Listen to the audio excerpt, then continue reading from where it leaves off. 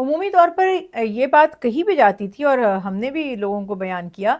کہ فجر کی نماز کے بعد نہیں سونا چاہیے، فجر کی نماز کے بعد سونا مکروہ ہے۔ کچھ تعلیمات اس میں ایسی تھی کہ آپ صلی اللہ علیہ وسلم نے فرمایا کہ یہ فضل تلاش کرنے کا وقت ہے، یا ایک روایت میں ایسا تھا کہ فجر کے بعد کچھ اللہ کا ذکر کرو، اللہ کا یہ بھی فضل ہے جتنی توفیق ہو جائے۔ مگر پھر تحقیقات سے اور دیگر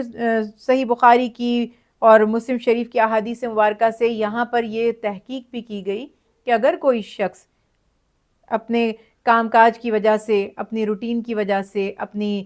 جو سرگرمی ہے دن بھر کی اس کی وجہ سے فجر کی نماز کے بعد تھوڑا سا اللہ کا ذکر کرے، تسبیحات پڑھے اور اس کے بعد کچھ آرام کرنا چاہے تو وہ کر بھی سکتا ہے، تو اس میں کوئی حرج نہیں ہے۔ اسی کے ساتھ ساتھ عصر کی نماز کے بعد ہمارے ہاں ہمارے بزرگ یہ کہا کرتے تھے کہ عصر کی نماز کے بعد سو مت۔ اس میں ریزن یہی ہوتا تھا کہ کہیں یہ نہ ہو کہ اس وقت آپ سو جائیں اور آپ کی جو ہے وہ مغرب کی نماز قضا ہو جائے۔ تو بیسیکلی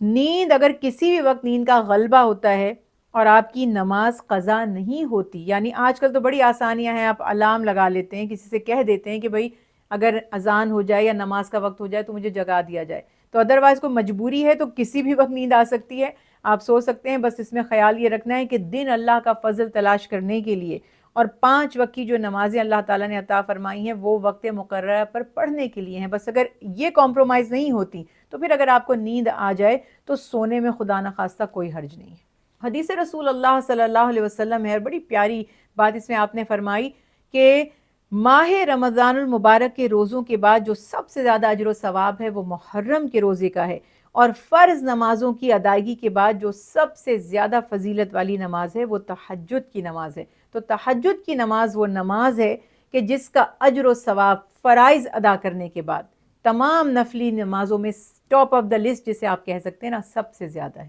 دیکھیے کوئی بھی نماز کیونکہ قرآن پاک میں اللہ تعالیٰ نے جب سورہ معون میں بیان فرمایا تو اللہ تعالیٰ فرماتے ہیں الذین هم یراؤون،